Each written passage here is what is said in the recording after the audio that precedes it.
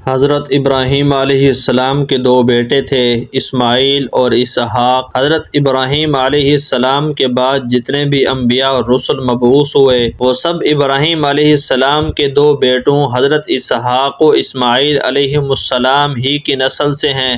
آخری نبی جناب محمد رسول اللہ صلی اللہ علیہ وسلم حضرت اسماعیل علیہ السلام کی اولاد میں سے ہیں۔ جس طرح حضرت اسماعیل علیہ السلام کو اللہ کی راہ میں ذبح کیا گیا اور ان کو ذبیح اللہ کہا گیا ہے، اسی طرح حضور صلی اللہ علیہ وسلم کے والد محترم حضرت عبداللہ کے بدلہ 100 اونٹوں کو ذبح کیا گیا۔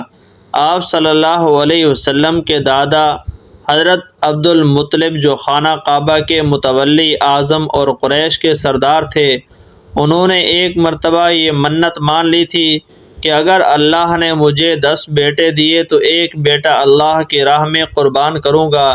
اللہ تعالیٰ نے عطا کر دیے۔ اب یہ منت کو پوری کرنے کے لیے حضرت عبداللہ کو ذبح کرنے کے لیے چلے۔ خاندان و قبیلے کے لوگوں نے اور دیگر بھائیوں نے بھی اصرار کیا کہ ایسا مت کریں، مگر وہ وعدے کے پکے تھے اور چونکہ جاہلیت کا دور تھا اس لیے اس طرح کی منتیں بھی مانا کرتے تھے۔ خواجہ عبد المطلب بھی منت پوری کرنے کے لیے بضد تھے۔ لوگوں نے مشورہ دیا کہ ایسا نہ کریں، بلکہ مکہ سے باہر ایک کاہنہ اور جادوگر عورت رہتی ہے، اس کے پاس چلیں، شاید کوئی راہ نکل آئے۔ اس زمانے میں ایسے ہی عورتوں اور مردوں کا بول بالا تھا کیونکہ دین ٹوٹ چکا تھا۔ خیر، حضرت عبد المطلب چند لوگوں کے ساتھ اس کاہنہ عورت کے پاس گئے۔ اس عورت کا حلیہ ایسا خوفناک تھا کہ اس کو دیکھ کر آدمی ڈر جائے۔ خیر، اس سے پوری صورتحال بیان کی تو اس عورت نے کہا کہ 10 اونٹوں کو ایک طرف رکھو اور عبداللہ کو ایک طرف اور قرعہ اندازی کرو۔ اگر قرعہ اونٹوں کے نام نکل آتا ہے تو اونٹوں کو ذبح کر دو، اور اگر قرعہ عبداللہ کے نام آتا ہے تو 10 اونٹوں کا اور اضافہ کر دو۔ اس طرح اضافہ کرتے رہو۔ چنانچہ حضرت عبد المطلب نے ایسا ہی کیا۔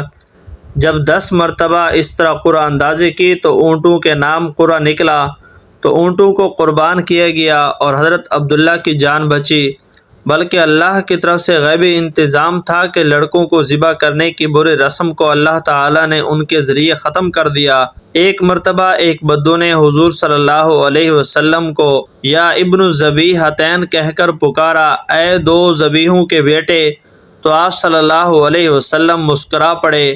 تو صحابہ نے عرض کیا، یا رسول اللہ 2 ذبیح کون ہیں؟ تو آپ صلی اللہ علیہ وسلم نے فرمایا کہ ایک ذبیح تو حضرت اسماعیل علیہ السلام اور دوسرے ذبیح میرے والد محترم عبداللہ۔ گویا یہ غیبی انتظام تھا کہ جس خاندان سے خاتم الانبیاء علیہ السلام کی ولادت ہونے والی ہے وہ خاندان شروع ہی سے قربانی والا ہو۔ یہ کوئی معمولی خاندان نہیں ہے، بلکہ اپنی جان اور مال کی قربانی برابر دیتا آیا ہے، اور بعد میں بھی دین کی خاطر عظیم الشان قربانیاں پیش کرنے سے کبھی بھی دریغ نہیں کیا۔